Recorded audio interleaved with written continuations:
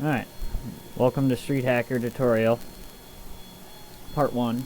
This is just to touch base on compatibility issues with Street Hacker and how you can get it to work and why you would want to even play this game and why I'm making this tutorial. And so, first thing I know is this has been when I found this game 10 years ago, probably about 10 years ago now.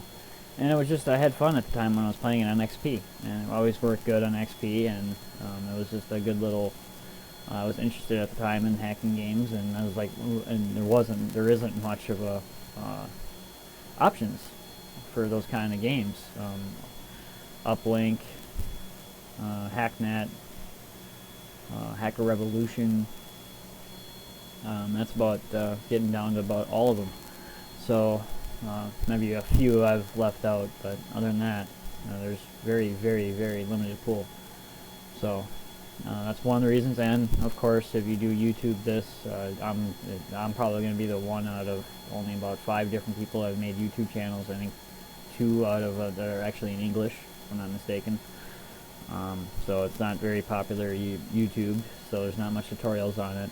The one other person I did find was just kind of going through it for the first time, so didn't even really know how to play the game. So that's not really what you're kind of looking for a walkthrough type. Hey, how do I even play this game? This is,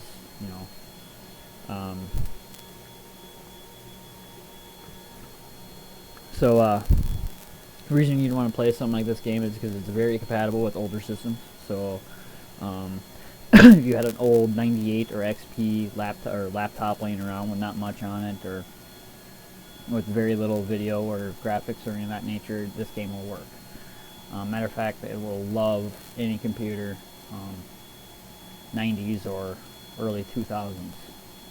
And that would be, I would think, would be the big, somebody that likes to play games and maybe a, kid stuck at grandma's house with an old 98 machine or XP machine or something of that nature. The only computer in the house is this old piece of shit. This is something that you can do. You can easily find a download of it or buy it. It's like $5 or something like that. Probably get it on Steam for cheap. I'm not really sure. I doubt it though. Actually, I think it's obscure enough that it's probably not even on Steam.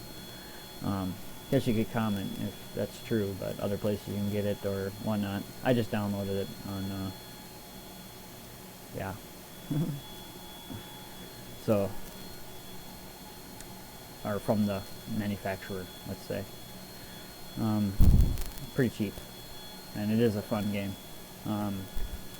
So, of course, if you are a fan of the hacking genre, though, or a super fan, and you don't really care, and you don't care how old it is, and you want to play it, you can just do what I'm doing and get VMware or some other virtualing software.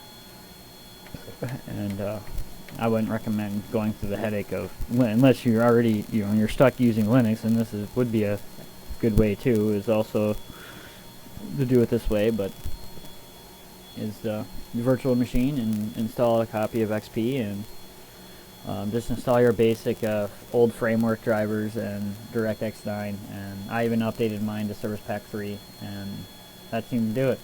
Street Hacker seems to work fine. And like I said, it has absolutely perfect compatibility for the most part. It has its own little glitches in the game, but a few different things you gotta remember. But other than that, it's pretty stable on XP. It's incredibly unstable on the newer operating systems. It does work, but you're not gonna. It almost predominantly always is a little bit glitchy on any Windows 7 machine I ever did get it to work on, or anything newer. It always had, even if it did work, it'd be crashy. It would, have just massive amounts of glitches. And I remember when I played it on XP, it just never had those issues, or just was a lot more smooth.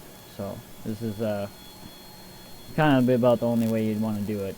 I'm just having issues ever getting it to work on 64-bit machines, or for the most part 64-bit. If you do have 32-bit Windows 7, then you might be able to get away with it, and it might be pretty good. It's mainly just the 64-bit it really doesn't like. Or at least that's my theory anyways. of what it has an issue with. So let's see here. Anything else I wanted to cover? No. Oh, yeah, virtual machine, VirtualBox on Linux. You don't need to, go through all this, but it was handy for me because I wanted to be able to play some XP games or even any games on Linux while I was messing around. This is my gaming machine. I have it on dual boot, so when I'm messing around with Linux, I don't have access to my gaming machine anymore. So I wanted to wait, at least putz around in some games while I was waiting for any load screens, downloads, etc. So this is a good kind of out of the really, just long process of being able to play an old XP98 game again without it being glitchy, and even with this Kali Linux install has a nice built-in desktop capture, so it also gives me a way to make a tutorial or a walkthrough for it as well. Nice built-in, ready to go. Definitely recommend it. If you want to do some easy desktop capturing of any sort. Very little configuration. It's already built into the operating system, so right when it boots, it's ready to capture. So now that I got that out of the way, I guess we'll go ahead and we'll start the first part of the tutorial. I'm going to make an account, and I'll go through the first steps you want to do before you even start. What else did I want to cover on? Touch base on compatibility issues, touch base on why you want to play this game.